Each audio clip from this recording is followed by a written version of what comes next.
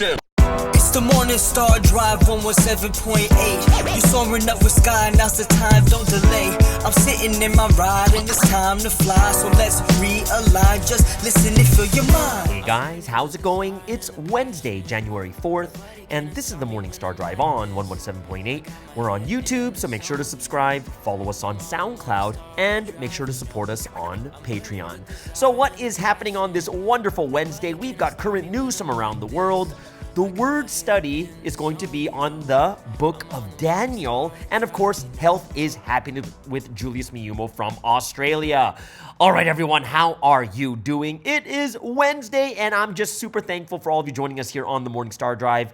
Wednesday service tonight, I really hope all of you guys are looking forward to receiving more grace and more fire because, man, it's going to be the first Wednesday service of the entire year of 2023. I'm looking forward to it too, and I'm sure that this time, I think it's going to be head leaders, but it could be some team's message. Let's see what happens on this one here, but great message this week. We already went over that yesterday. If you want to go check out the word study for the Sunday message, go ahead and check out the Monday podcast, and you'll find it there. Just want to remind everyone, just keep liking and commenting. I want to hear from you guys. See how you're doing. Write your questions, request testimonies. Tomorrow is question and answer Thursday, so looking forward to more and more of your questions too. Let's build this community even more for 2023, and let's make sure this becomes a platform for many people in the English-speaking world to come to. All right, so it's been an interesting week for me, and I've been listening to some podcasts on relationships and marriage and stuff like that. You don't have to ask me why I'm looking at these things, but I was listening to this TED Talk, and it was a couples counselor, right? I'm not telling you guys, I'm not watching this because I have relationship problems, guys. I'm not saying that. It's possible it could be in the future, right? So they're talking about this couples counselor was talking about 3 steps of a happier relationship. Right, 3 steps. And this is talking about marriage, obviously, right? People who are living with each other, married, they probably have children stuff too. And there's a couple things that they were, this one woman was talking about, this doctor, this counselor. She said, one of the biggest problems that people have in relationships, and I'm going to say this is probably the same with friendships and stuff too, is they said that research shows that the problems we have are not, in most cases, not all, right? But in most cases, it's not really about the relationship, but it's about the stress the individual has. So the studies show that the less stress you have, the more happier you are in your relationship. So what happens usually is people's own individual unhappiness, things that they're going through on their own, put stress on the relationship because they begin to blame the relationship for this unhappiness and things that aren't going on. But you know how it is in life where sometimes we're going through a really hard time and then everything sucks, right? Everything is that person's fault. You're complaining about this, you're grumbling about that. But in the end, it's kind of more of an individual issue that you have. And then when people start to blame the relationship and saying, oh, it's this relationship that's wrong, then they get mad and they try to get even with their partners and stuff like that. And of course, the relationship doesn't get any better. So I saw these 3 tips. 3 tips are kind of cool, right? So the 3 steps to a happy relationship, the first tip, right, which has to do with the first thing I talked about is anything but anger. Anything but anger, right? What does that mean? It means that whenever you get into a stressful situation, the main emotion you're trying to avoid is anger. Because what happens with anger is when you get angry, people get angry to protect ourselves from getting hurt. And if you get hurt, it leads to feeling powerless and it leads to feeling like, that you're nothing, right? So that's why people protect themselves. They protect themselves with anger. But the problem with anger is it ends up pushing people away we love the most. And it becomes it becomes the oil for relationship problems. And anger builds and then feeds on itself and it gets worse and worse and worse. And then it's like, it's irreparable. Right? So it says, when you're feeling angry, if anything, just sit down, ask yourself what is underneath the anger. And and it says, remember, anything but anger means it's better to feel disappointed. It's better to feel like, oh, they let me down. Like those feelings are much better than anger because anger is something that is uncontrollable, right? So that's why they say anything but anger. So that's a really, really good tip. And I think this works with friendships too, is when we get angry and we start doing the wrong things and we hurt the people we don't want to hurt, right? The second tip that this couples counselor gave was raising the bar. Raising the bar basically means There's this there's this saying that people say, and it says, what's it say? It says, it's a good relationship is when only one person goes crazy at a time, right? So raising the bar basically means you can't have two people going crazy, right? You know when two people going crazy, like, in a friendship or relationship is when something goes wrong, and then, while that person's upset, the other person's like, oh my God, what is wrong with you? Man, you never make time for me. Oh, and you start to you're building two people going crazy instead of one. Raising the bar means always take the high road. If your partner is stressed, if your friend is stressed, irrational, do not go down the rabbit hole with them, but take control, right? Take control of your emotions, and you want to be the one that's very helpful, caring, kind, patient. And, research obviously shows that these types of characteristics are much, much better for the relationship. Being helpful, caring, kind, empathetic, compassionate and stuff like that too.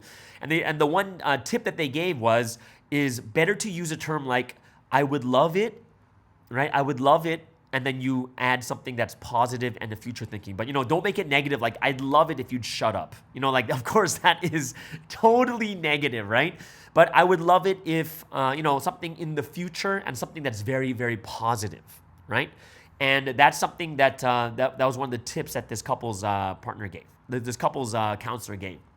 Last one is something that we heard all the time in Providence also, but is the relationship is a garden which needs to be nurtured, fertilized, watered. It's something that takes a lot of time in order for it to grow in beauty, and it takes a lot of time to grow.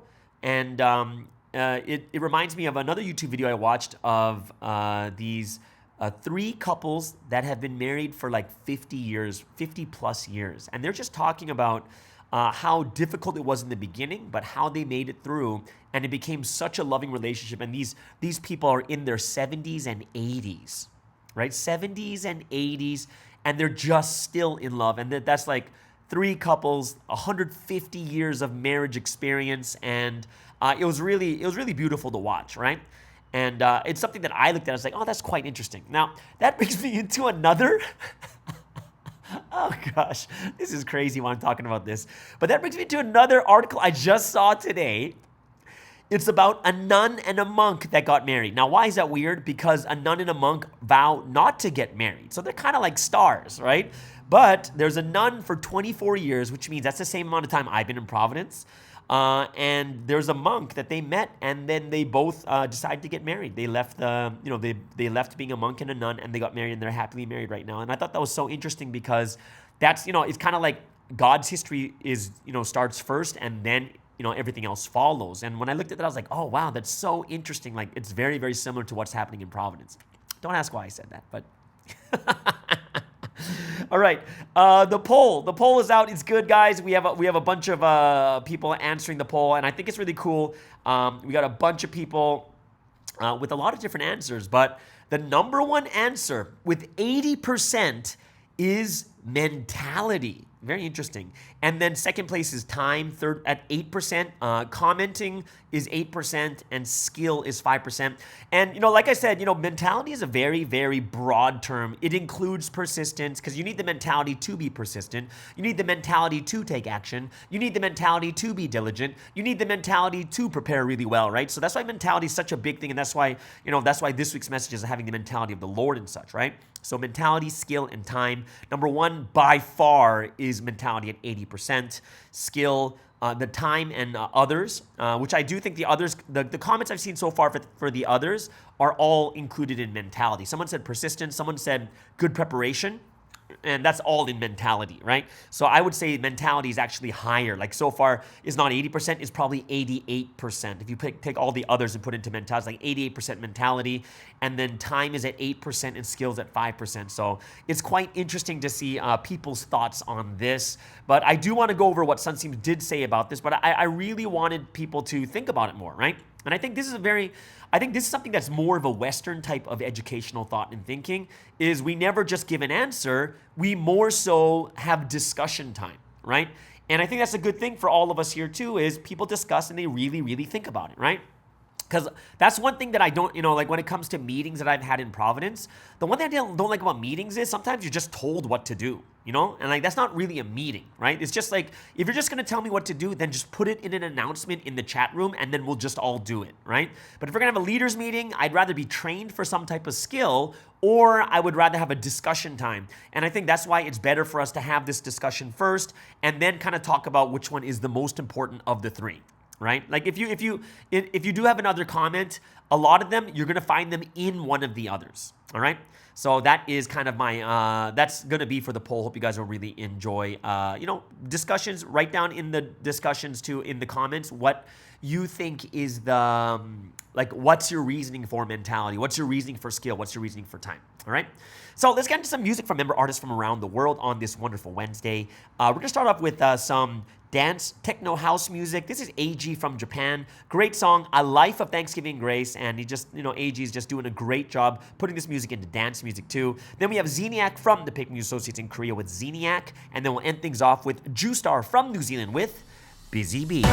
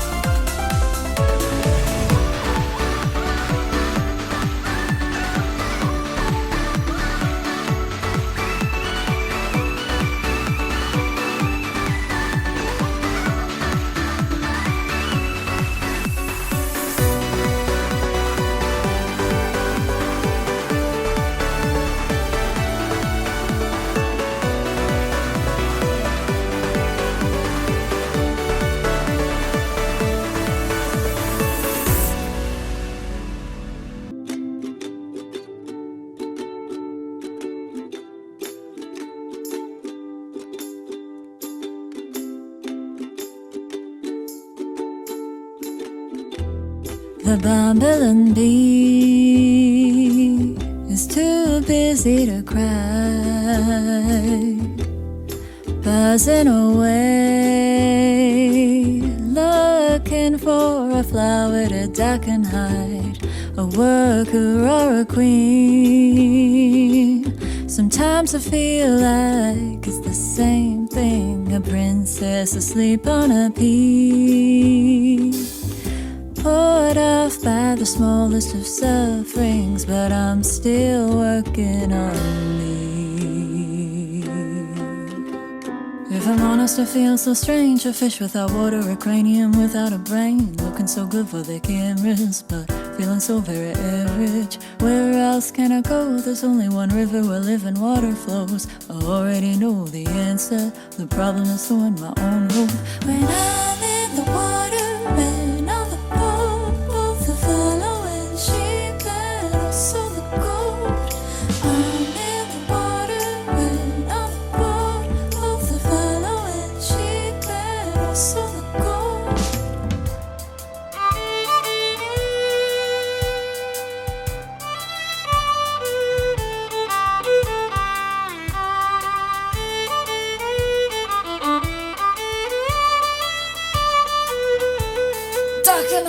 If I'm honest, I like routine, like to go swimming and slip in cups of tea, like seeing blanks on my schedule and filling them with my own woes.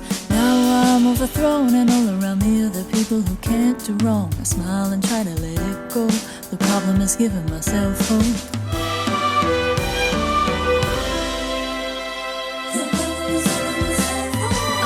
To find a mountain where I can scream. I need a place to do my own thing. I need a cave where I can sing and it's funny. There's no one to judge me and I can try this way or that. I don't have to worry about falling flat. But there's work to do. Is this even work too?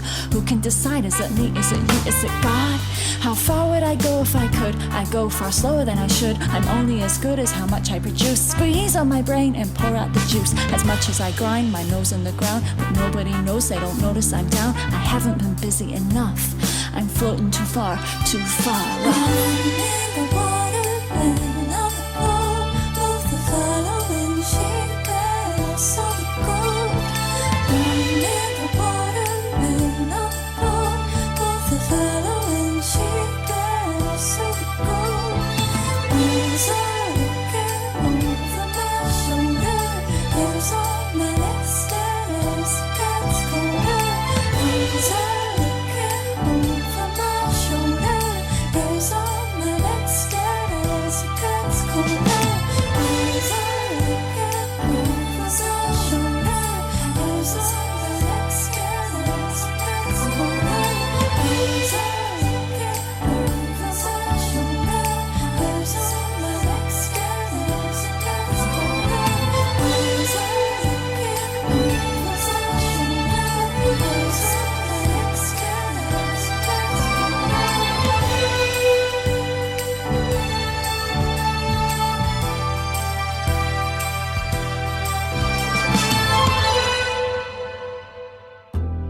The bumblebee is too busy to cry,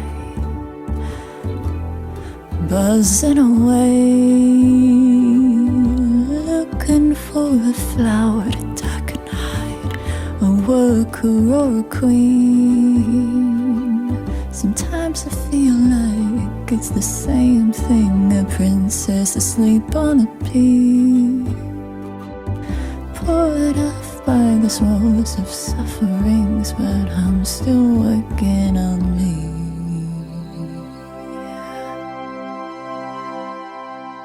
And that was Justar from New Zealand with Busy Bee. Before that, Zeniac from PMA in Korea with Zeniac. And of course, AG from Japan, our feature artist of the day with A Life of Thanksgiving and Grace.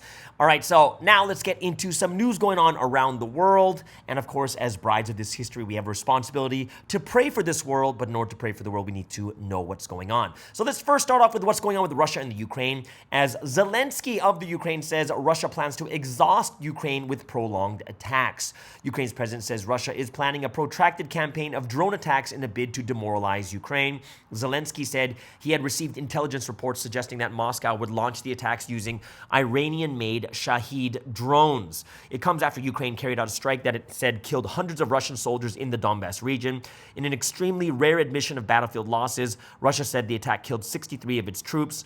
Speaking from Kyiv in his nightly address, Mr. Zelensky said Russia planned to exhaust Ukraine with a prolonged wave of drone attacks. Russian drone strikes on Ukraine appear to have increased in recent days, with Moscow launching attacks on cities and power stations across the country over the past 3 nights. Zelensky said Ukrainian air defenses had already shot down over 80 Iranian-made drones in the opening days of 2023, and Russia has been targeting Ukraine's energy infrastructure for several months, destroying power stations and plunging millions into darkness during the country's freezing winter. Elsewhere, Ukraine has confirmed it carried out a strike in the occupied region of Donetsk, which it earlier claimed killed 400 Russian troops. Russian officials contested the figure, saying only 63 troops were killed. Neither claim has been verified, and access to the site is restricted. The Ukrainian attack on New Year's Day hit a building in the city of Makivka, where Russian forces were stationed, and it's extremely rare for Moscow to confirm any battlefield casualties, but this was such a deadly attack, says the BBC's Russia editor Steve Rosenberg, that staying silent probably wasn't an option. It is the highest number of deaths acknowledged by Moscow in a single incident since the war began 10 months ago, and in a statement on Monday, Russia's defense ministry said Ukrainian forces fired 6 rockets using the US-made HIMARS rocket system at a building housing Russian troops. 2 of them were shot down, it added. So that is what's going on with the Russia-Ukraine crisis. Let's move over to Australia. So Australia's COVID tests for China went against health advice. Very, very interesting article. Australia's chief medical officer advised there was not sufficient public health rationale for new travel rules. Australia has introduced COVID-19 testing for travelers from China, despite the country's top medical official advising against the move, a newly released letter shows. In a letter sent to Health Minister Mark Butler on Saturday, Australia's chief medical officer Paul Kelly said he did not believe there was a public health justification for introducing new travel requirements for arrivals from China. And Kelly said Australia's high level of vaccination and prior infection, and the fact that the BF7 Omicron subvariant that appeared to be driving cases in China was already circulating in the country, among other reasons, meant there was not sufficient public health rationale for new travel rules. There was a strong consensus among health officials in the Australian states and in New Zealand that restrictions on travel from China would be inconsistent with the current national approach to the management of COVID-19 and disproportionate to the risk, he said. Kelly recommended that instead of travel restrictions, the government consider expanding wastewater testing, introducing volunteer sampling for international arrivals, and improving follow-up of people who test positive for COVID-19 and have a recent history of overseas travel. Butler said he made the decision out of an abundance of caution, taking into account the dynamic and evolving situation in China and the potential for new variants to emerge in an environment of high transmission. And Butler said at the time he had been briefed extensively by Kelly, but did not go into details about the nature of the advice he received. Butler has since defended the measures as very modest and a balanced decision. Kelly's letter to Butler was released on the website of Australia's Department of Health and Aged Care late on Monday night. Australia's move followed the introduction of similar measures by the US, the UK, South Korea, India, Japan, Taiwan, Italy, France, and Spain. Canada on Saturday also announced it would begin testing arrivals from China from January 5th. Authorities have pointed to concerns that surging cases in China following Beijing's dismantling of its tough zero-COVID policy could lead to the emergence of new and more dangerous variants. Some health experts have criticized the testing requirements, arguing they will do little to stop the spread of new variants and risk stoking xenophobia. China has criticized the testing rules as unnecessary, while Chinese state-run media has blasted the measures as unfounded and discriminatory. China is set to lift its mandatory quarantine from arrivals from January 8th after 3 years of strict border controls, but will continue to subject all arrivals to COVID testing. I think just from looking at the actual news itself, the one problem, when we look at only the evidence itself, I do think that the chief medical officer in Australia is correct. However, the other problem we have is China stopped sharing statistics on their COVID transmission and their deaths. So it means that now that they stopped transmitting, and even though we know that even in the past, they didn't even really share how bad it was and how many people really died. The issue that we're dealing with now is we're only going by the statistics and from everything we've seen so far. We don't even know actually what is actually true and real. So that is why we have to think about this carefully And I think taking the proper precaution, because China is not sharing their statistics, it seems a little bit safer, right? It's just in my opinion. This is not like, I'm not a medical official or anything like that, but we do know that China is not sharing their statistics. So I hope, just like, Korea, Taiwan, Japan, Spain, France, Italy, UK, US, they're all taking testing right now. So I'm not sure if that's going to help or not either.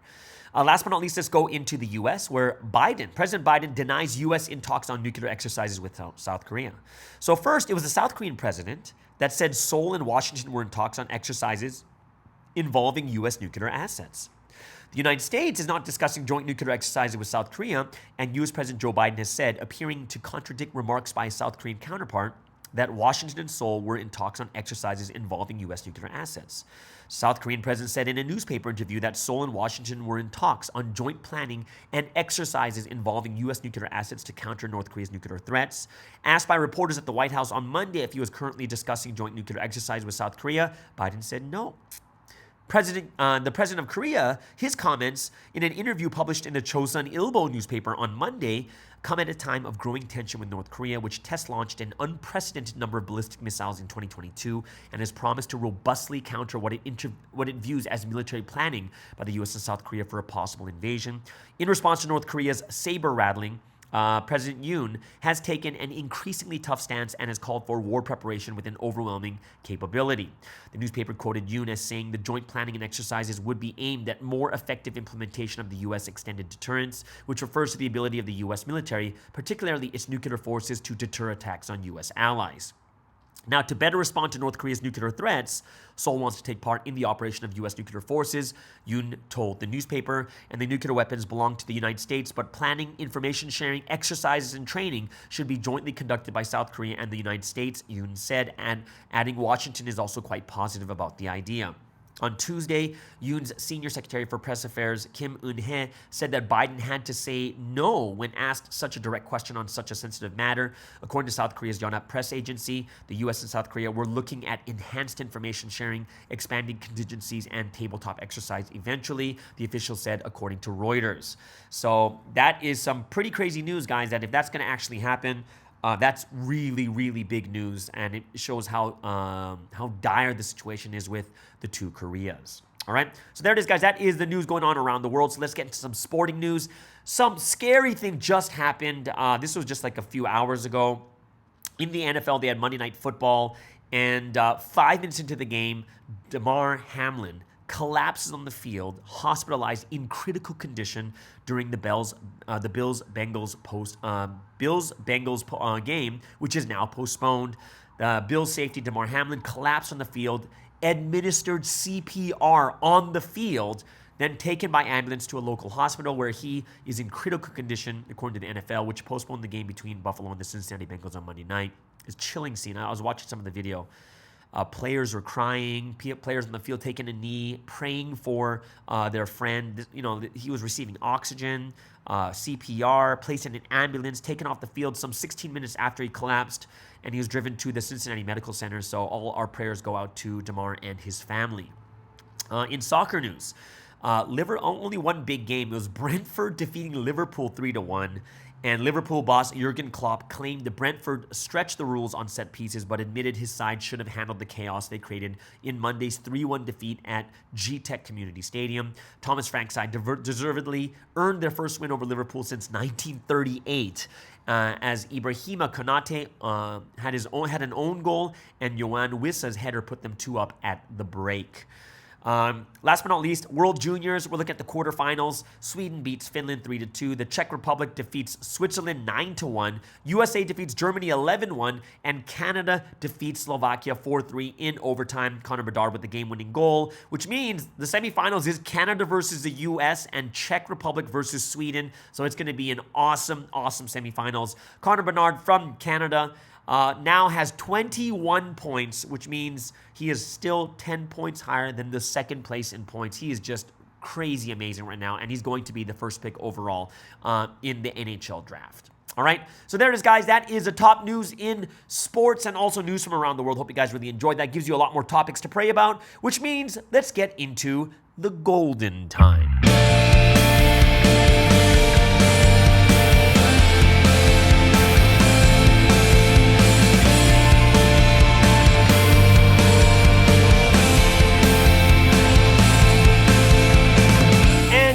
is the golden time, a time of praise and worship to the Holy Trinity. Hope all of you guys are looking forward to giving glory to God and the Holy Spirit. So, what are we going to praise and worship today? We're going to start off with an oldie but a goodie, Light of Hope, and then My Life Goes On With You, and we'll end things off with I Have Only God. So, as one body of the Morning Star Drive, let's spend this time giving praise, honor, and glory to the Holy Trinity.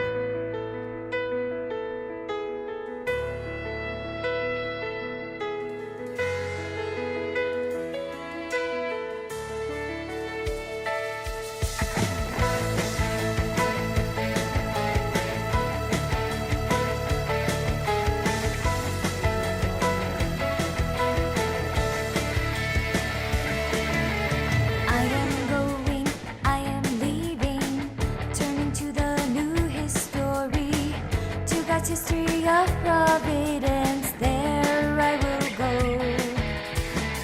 Providence is the ideal world, the world of freedom and truth. On the green pastures where streams of water overflow, I will live with the Lord, only loving Him, right here in this place, only for His will. Shine in Providence, still flowers bloom, still the fruits in Providence thrive, because we have the word of the Lord. Oh, the light of hope shines bright. God's providence history, the last one of salvation, where flowers bloom and fruits grow, heaven on earth history. Rough windstorms may come and go, eternal hope history. I shall follow only the Lord, I shall love Him eternally. Shall I live presenting others, resenting my own brothers? All of you who follow the Lord, let us never change. With never changing hearts, let us love and run to the Lord. It is only His word that becomes a light of hope. So the waves of trials seem to come endlessly. We may run and run, there's no end to see. Light of hope shine in Providence, still flowers bloom, still the fruits in Providence thrive, because we have the word of the Lord. Oh, the light of hope shines bright in Providence, still flowers bloom, still the fruits in Providence thrive, because we have the word of the Lord. Oh, the light of hope shines bright. Oh, the light of hope shines bright. God's providence history, the last one of salvation, where flowers bloom and fruits grow, heaven on earth history. Rough windstorms may come and go, eternal hope history. I shall follow only the Lord, I shall love Him eternally. God's providence history, the last one of salvation, where flowers bloom and fruits grow, heaven on earth history. Rough windstorms may come and go, eternal hope history. I shall follow only the Lord, I shall love Him eternally. God's providence history, the last one of salvation, where flowers bloom and fruits grow, heaven on earth history. Rough windstorms may come and go, eternal hope history. I shall follow only the Lord, I shall love Him eternally.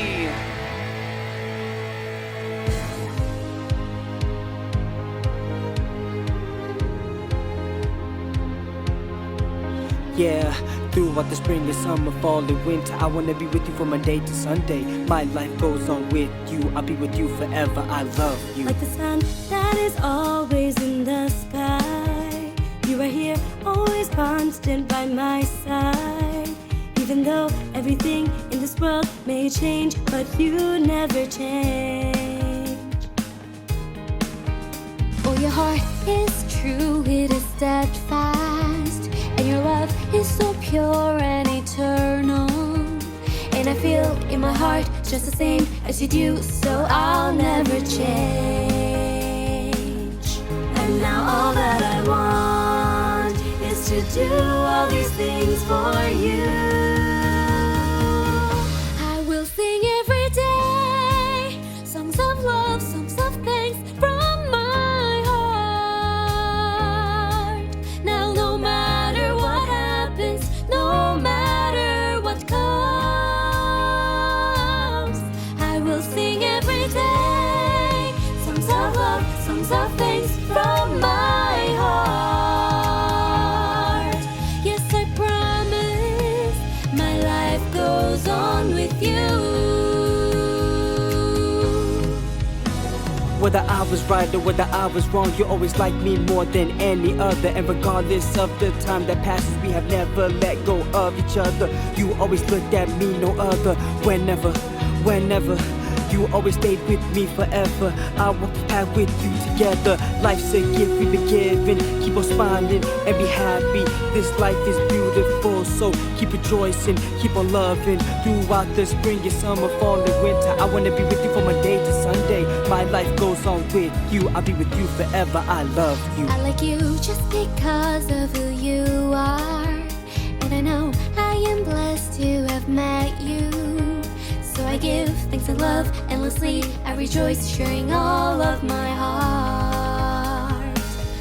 I will sing every day songs of love, songs of thanks from my heart. Now no matter what happens, no matter what comes, I will sing every day songs of love, songs of thanks from my heart.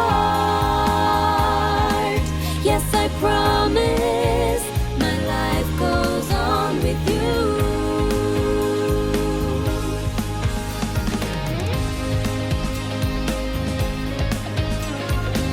I will sing songs of love, songs of thanks from my heart.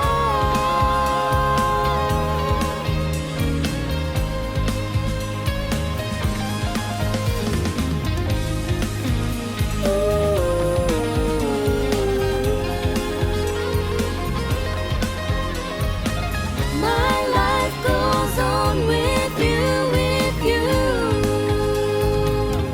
I will sing every day songs of love, songs of thanks from my heart. Now no matter what happens, no matter what comes,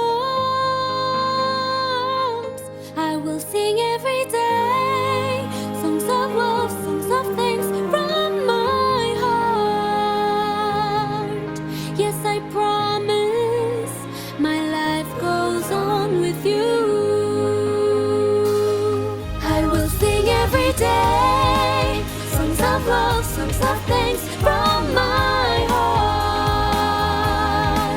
Now no matter what happens, no matter what comes, I will sing every day songs of love, songs of thanks from my heart. Yes, I promise my life goes on with you. Yes, I promise my life goes on with you. Life's a gift we've been given. Keep on smiling and be happy. This life is beautiful, so keep rejoicing, keep on loving. Throughout the spring and summer, fall and winter, I wanna be with you from Monday to Sunday. My life goes on with you, I'll be with you forever, I love you.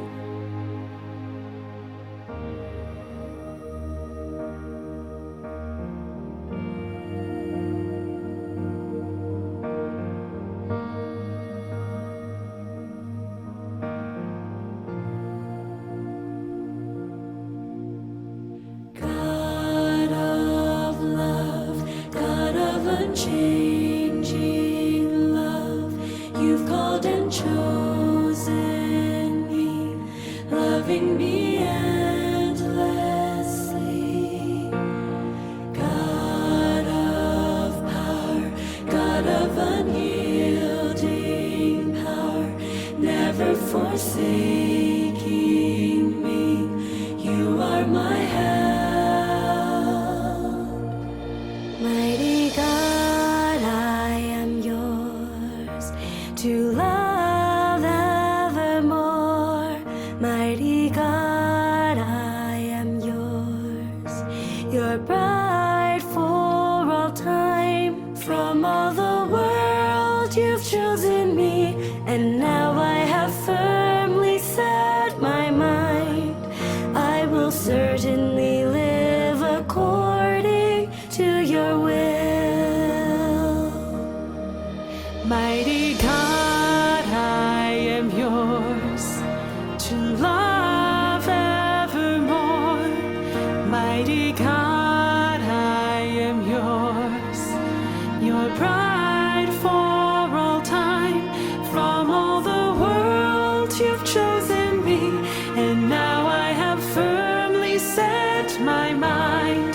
So I certainly will fulfill your will, my God. You're my Jehovah God, who has led me this far. Please lead me all the way. I'm calling on you alone, and living by only your word. With all your authority and your power, you constantly help me. With all your authority and your power, you keep me from harm. You are with me all the time, always giving me strength and hope. I've nothing to fear, because I only look to my God.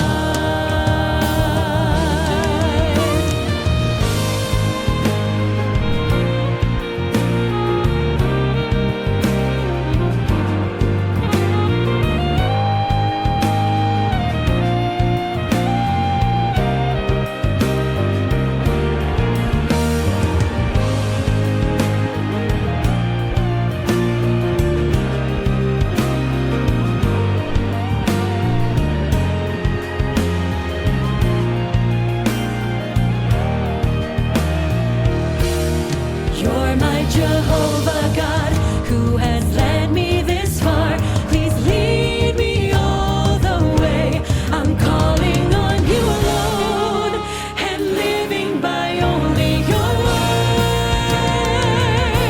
With all your authority and your power, you constantly help me. With all your authority and your power, you keep me from harm. You are with me all the time, always giving me strength and hope.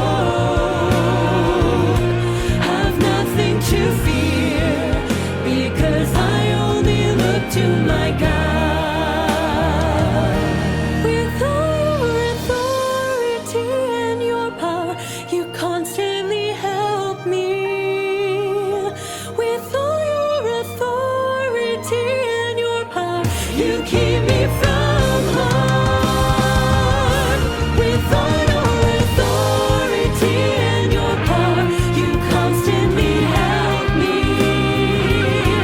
With all your authority and your power, you keep me from harm. You are with me all the time, always giving me strength and hope. Have nothing to fear,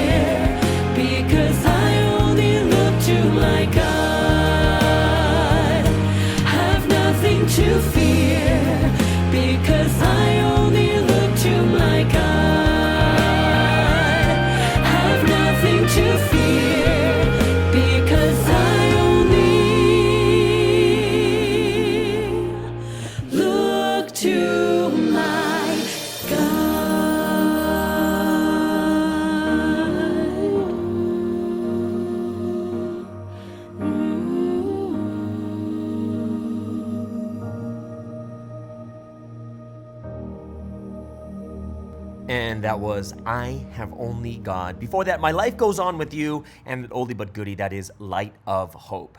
So now that our hearts and our thoughts are made ready through that time of praise and worship, let's get into today's word study. And of course, every single Wednesday we go into the scriptures. And it's not just this week, but last week too. We went into the book of Daniel, the book of prophecy. And I want to go into some of the historical background of the book of Daniel, and hope that everyone will benefit from learning more about the history itself. Okay, so let's get into the historical context and background of the book of Daniel, and we'll get a little bit more idea of what was going on that led up to that time. So we know that God used the prophet Daniel to declare his message to Babylon, Medo-Persia, and Israel over a period of about 70 years. So Daniel and his three companions, Meshach, Shadrach, and Abednego, were of royal descent and were taken captive in 605 BC to Babylon for training and service to King Nebuchadnezzar. Now, the city of Babylon was founded by Nimrod, according to Genesis chapter 10, verse 10, who made it his capital. However, Babylonian religious tradition gives credit to the god Marduk.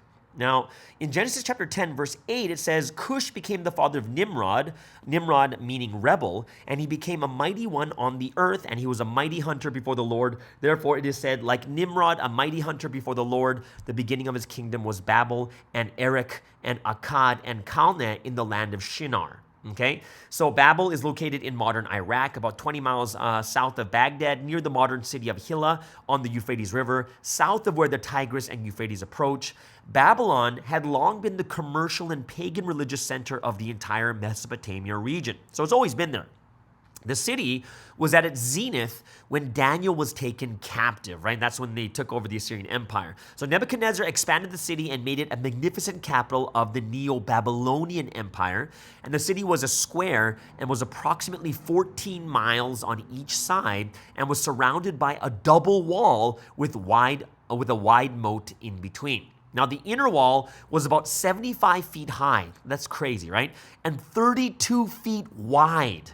And the outer wall of the city was about 344 feet high and 86 feet wide. So this is crazy how fortified Nineveh was at that time. The wall was so wide that 4 horse chariots could run on top of the wall, pass each other, and turn. The Euphrates River flowed through the city, and orchards and fields that were within the city walls, and the famous Hanging Gardens were one of the 7 wonders of the ancient world, and the walls, palaces, temples, and homes associated with the city were built with brick. Now, there are some people who will actually do artist reconstruction of the city of Babylon, and they would kind of look at Babylon, what it was supposed to look like. And if you guys take a look at some of the pictures, it's pretty amazing. One of them that has a good one is the Holman Bible Atlas, where you could take a look at the city, what it looked like before. But when you look at 6th century BC, all right, Babylon asserted their independence around 627 BC. So we're getting very, very close to the battle of, the King Josiah with Necho and the Assyrians, right, and Babylon. All right, so the 627 BC is when they asserted their independence. So they joined forces in 612 BC, so that's with the Medes, to sack the Assyrian capital, Nineveh.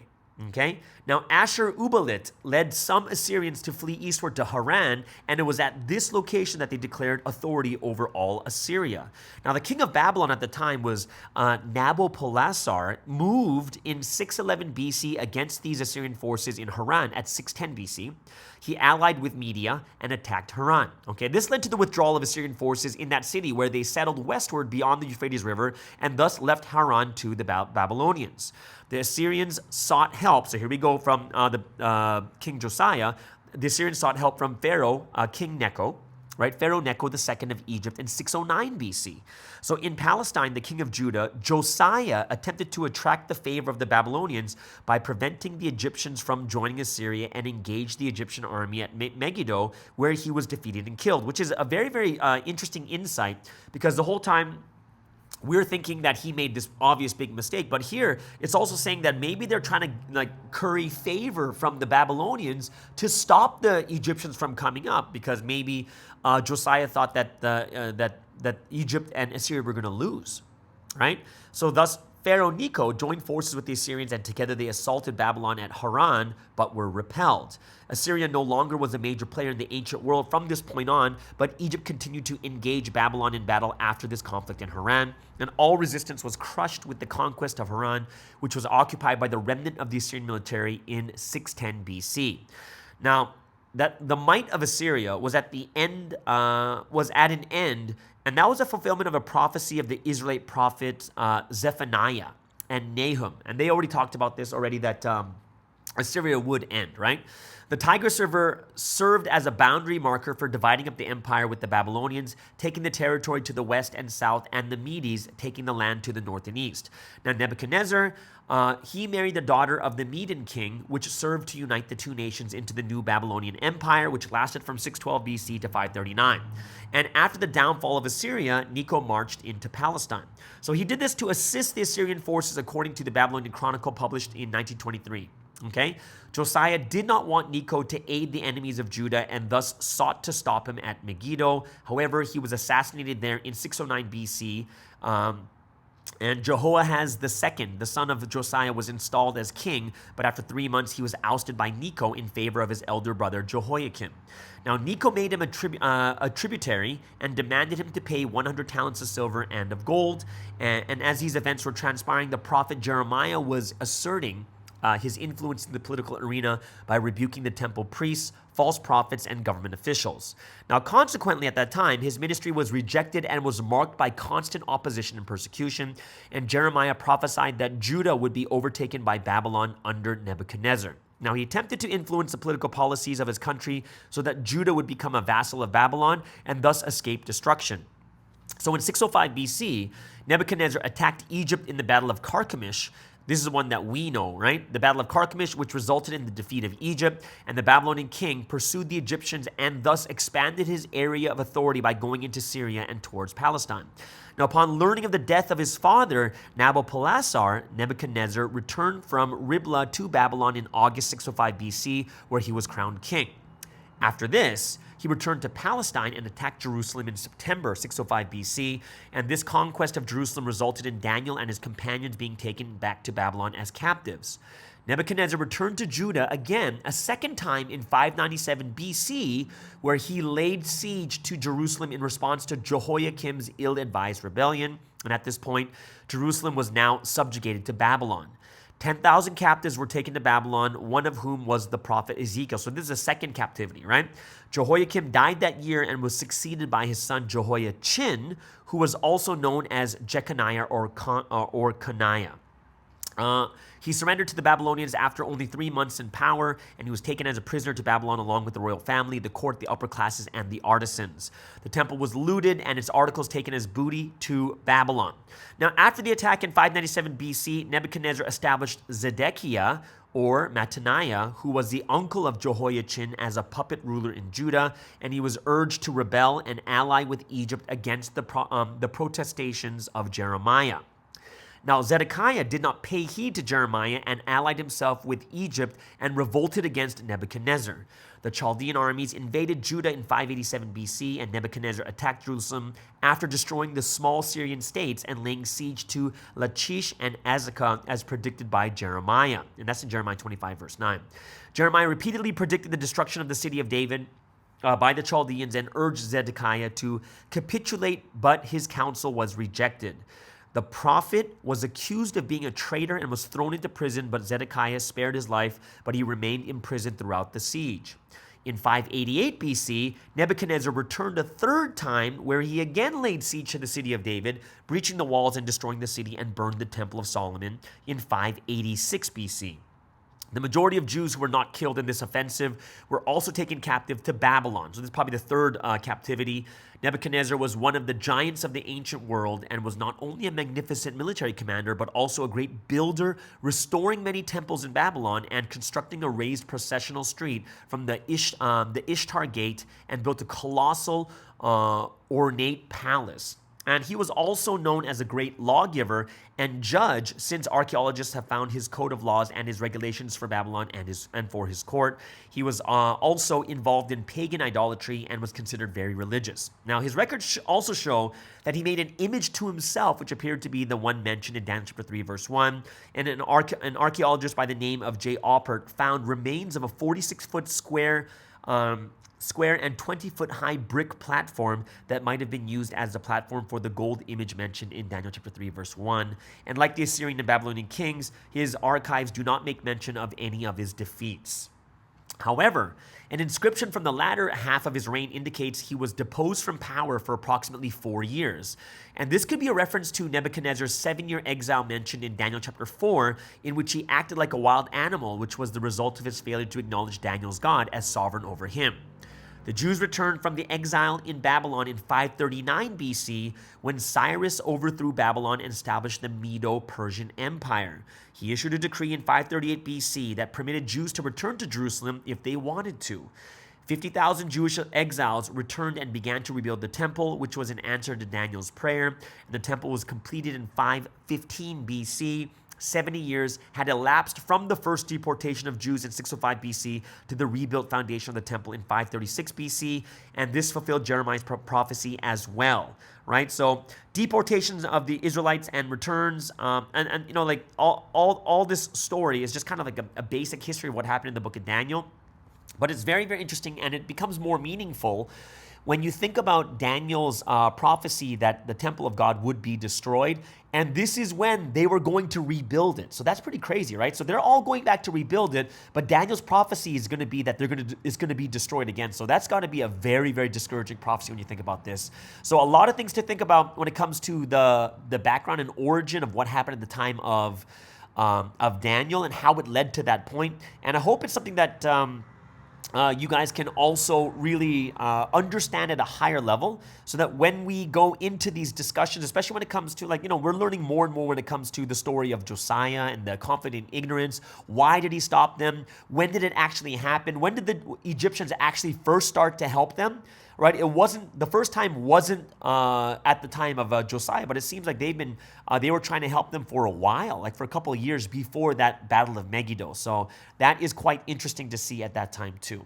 All right, so there it is, guys. That's the word study for today. I hope you guys really enjoyed that, just as I have, and it's something that will help you guys and aid you guys when it comes to learning the words even more. All right, so let's get into today's, we're going to get into today's GGG, giving glory to God. It is day 4, and what a special surprise we have for everyone today. Today's GGG comes from like professional singer. Those of you guys know her from New Zealand. It's Emily Mawila, or Ju Umpit, and she is doing music, like professionally. That's her profession. She's doing musicals. She's traveling all around America and stuff like that too. You take a look at her Instagram. She's got some great stuff going on. Just seeing how much God is blessing her, it is really amazing. But she made a song, right? This song, and she made it with another person to do the music, but she made this song based on the lyrics of Life of the Righteous, the poem that Sunsi made in the past. So I hope you guys are going to enjoy this. This is day 4 of giving glory to God. If you guys have any other stuff that you want to play, go ahead and send it to me. But this is from Ju Umpit, Emily Mawila, over there in America right now. She's doing just amazing work. This is her GGG, and this song is called The Moment.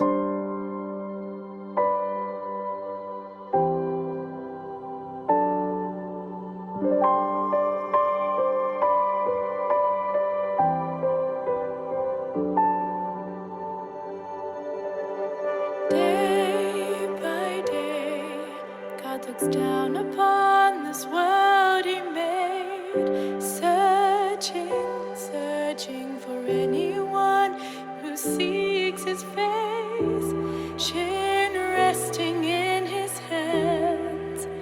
Each day He looks with hope, each day to no avail.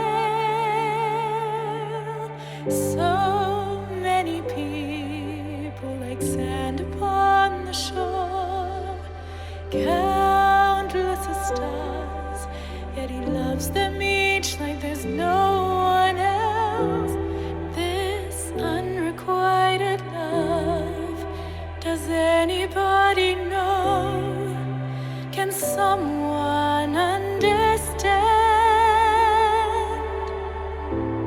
Today again, God searching chin upon his hands, while nobody looks back at him. But then he thinks he might have seen a face. Look back in search of his. Those eyes meet God's weary eyes, ever searching, and God is taken by surprise. And the Father is so moved and overwhelmed, tears begin to flood his eyes.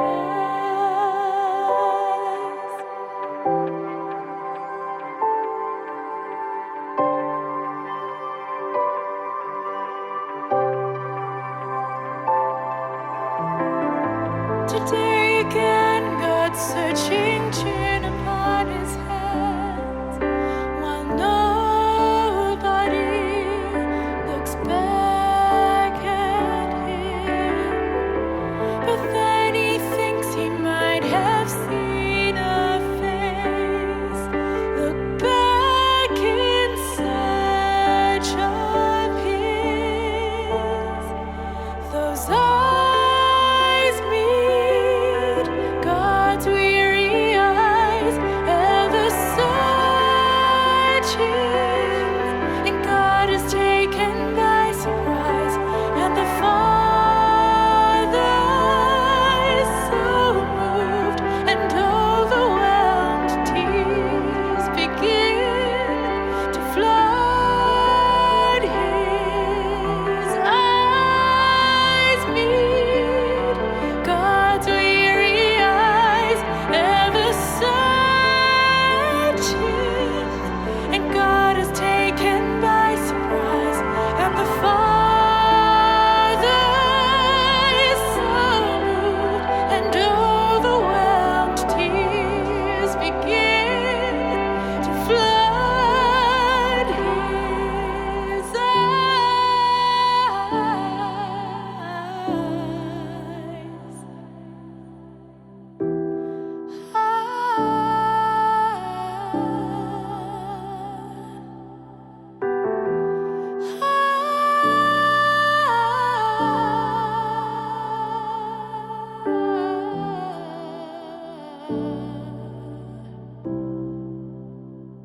And wow, I'm speechless. You could tell she's a professional singer, and it's really, really inspiring. Those of you guys who remember that song, Life of the Righteous, what a great, you can't even call that a cover. That's like an original again.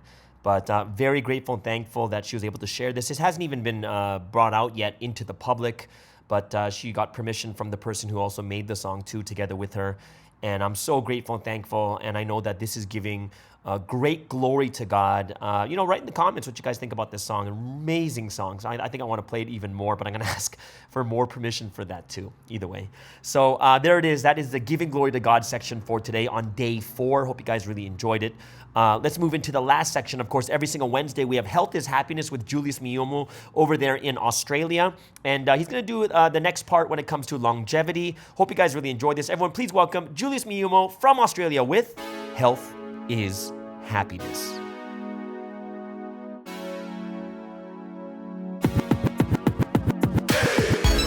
Hi everyone, Julius here, and welcome to the Health is Happiness segment.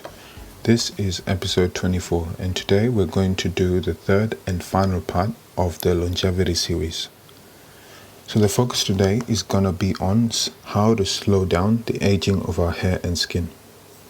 Most of the things I have discussed in part 1 and 2 will definitely help with this, especially your skin. Now, one of the things about those particular strategies that I've previously discussed is that it really helps in maintaining a healthy liver, which is key to having healthy skin. But today, I want to talk more about the things that are more specific to the hair and skin. Protecting the skin is much more important than just looking good. The skin is the first line of protection against pathogens, viruses, and other sorts of things. so it's important to have healthy skin. So far, I think many people already know that smoking, processed food, and alcohol are known to accelerate the aging of your skin, so I'm not really going to address those points. I will focus on other things. The first thing I will talk about is sun exposure. Particularly in Western culture, there is a huge culture of tanning, and a lot of times people are not really conscious as much as they should be about their sun exposure. Getting sufficient sunlight is important for vitamin D, but you can overwhelm your system, and of course the clearest example of this is you getting sunburned. The thing about sun exposure is that it's not about how hot the sun is, and you don't really need to get to the point of getting sunburned. You've gone way overboard at that point. The issue is the amount of UV exposure, and how hot the sun feels on your skin is not related at all to the intensity of UV. On a cloudy day, UV can still be very high. When the UV hits the molecules in the skin, it causes certain letters in the DNA to fuse, so the enzymes that reads the DNA can no longer do so properly, thus accelerating the aging of your skin. And it also increases the chances of mutations into melanoma or skin cancer. Of course, I'm talking about having excessive UV exposure. UV is usually highest in the middle of the day during summer. It's important to check the UV readings for your country, wherever you're living, over different seasons as well. Depending on that, you may need to use sunscreen regularly. Places like Australia, New Zealand, and Northwestern Europe tend to have the highest skin cancer rate in that order. UV readings get quite extreme in the summer in these places, as well as countries also that are close to the equator. Any reading above a UV index of 5 is quite high. There are many days in Australian summer where the readings reach above 10. So if you want to preserve the youth of your skin, monitor the UV readings in your area and be sure to apply sunscreen during the seasons when it's required. Another important fact to know is that the less melanin in your skin, the higher the vulnerability of your skin to sun damage and premature aging from UV radiation. Nonetheless, everyone is still at risk of skin cancer despite how dark your skin is when it's constantly exposed to high UV rays. So everyone should still use sunscreen when UV radiation is quite high. Next thing I'm going to talk about is collagen and vitamin C. As we get older, our body does not produce as much collagen, which is an essential building block for our joints, skin, hair, and nails.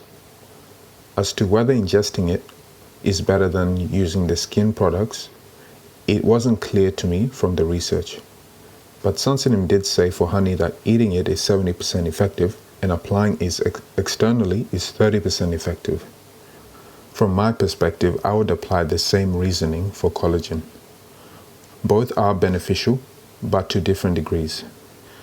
Personally for me, I take the ingestible form of collagen. I take this as a supplement for my joints when I train in the gym, as well as for my hair. And personally, I saw an immediate difference in the quality of my skin just over 2 days. And my hair was much more fuller and thicker and stronger. Even other people told me that my skin looked very shiny, so it just wasn't me. Now, I've never tried this skin cream, so I can't really give much opinion on that. There are actually many different types of collagen, but the most talked about are type 1, type 2, and type 3. Type 1 collagen and type 3 collagen are usually grouped together because they're the most abundant and have similar bodily functions. Both can be sourced from bovine collagen. The two make up 90% of the total collagen in the human body and are key in the maintenance of your skin, hair, bones, and muscles. More specifically, type 1 collagen can be found almost anywhere in the body except cartilaginous tissues, In fact, type 1 collagen itself makes up 70% of your skin. This type of collagen is particularly helpful in enhancing the skin and helping to reverse the aging process of the skin. On the other hand, you can find type 3 collagen in hollow organs like your artery walls. Both types are rich in amino acids, glycine, proline, and glutamine, which all serve their own key functions in the body, including blocking endotoxins or acting as an antioxidant. Finally, there's type 2 collagen, which can be found in cartilage. They make up around 50% to 60% of all cartilage protein. So they're quite useful in supporting your joints and cartilage. If you have weak knees, for example, type 2 collagen might prove useful. Now, the type of collagen I bought was called hydrolyzed collagen peptides. This form of collagen has been broken down to be made to become more fully digestible and absorbed by the body. It is made with type 1 and type 3 collagen. The collagen powder brand that I got was really high quality, which is very important to consider when picking your collagen. It wasn't a proprietary protein blend where they tend to mix in other cheaper, lower quality protein sources and dilute the ratio of the main ingredient. It was a pure type 1 and type 3 collagen. In addition to this, vitamin C is often also added to such collagen supplements because it's absolutely essential for the synthesis of collagen in the body. So that's also something that I take together separately with the collagen powder. Now, high quality collagen powder can be a little bit expensive, I would say, in comparison to just regular protein powder. So I would advise actually not using a full scoop. In fact, it's not really necessary. Mine cost about 50 Australian dollars, and that was for 750 grams. Using something like a quarter or half a scoop was enough for me to see significant changes in my skin and hair. Now, the next thing that I'm going to talk about is retin A and resveratrol. These are two ingredients that Dr. David Sinclair found were being used in cosmetic ingredients much more increasingly.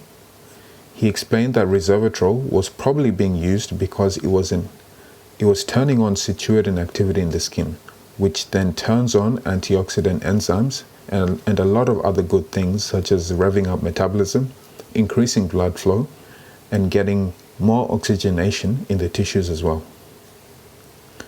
If you recall from the previous episode, situatins turn up the body's defenses, which increases longevity in simple terms. So for this reason, he thought that resveratrol is a really great component to look for in a cosmetic. Now, as for retin A, he said that it was one of the most important ingredients in protecting fine lines and wrinkles. It is used as a defense against acne and increases downstream collagen production and promotes keratin, which is an important component of the outer layer of your skin, hair, and nails. A very important caveat that he mentioned was that there was not enough research on the long-term effects of retin A. Sorry, I mispronounced that. So, Dr. David Sinclair doesn't use it every day. He uses it on and off. So for that reason, I would consult your doctor if you are curious about it. So there you have it. That's the final part for this topic on longevity. In this 3-part series, we have talked about intermittent fasting, eating a mostly plant-based diet and less meat, as well as strategies for preserving skin and hair by using collagen and sunscreen protection. Hopefully that helps everyone to increase their longevity in one way or another. If you'd like me to elaborate on any particular points, please drop a comment below. Now, the next topic of Health is Happiness will be on workouts and sports supplements.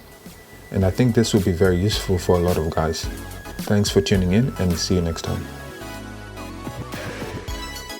And thank you so much, Julius, for another wonderful episode of Health is Happiness, the first episode of 2023. Hope you guys really enjoyed that. Leave a comment below for Julius if you have any questions about health. He is planning for some new things to happen for this segment too coming up in the future. So there it is, guys. Health is Happiness, last segment for the Wednesday podcast. Everyone, have an amazing and awesome service tonight, and we'll see you guys again tomorrow on the Morning Star Drive on 117.8. It's the Morning Star Drive 117.8. You soaring up with sky, now's the time, don't delay. I'm sitting in my ride and it's time to fly. So let's realign, just listen and fill your mind. I'm burning with desire and the passion. Nobody can stop me when I'm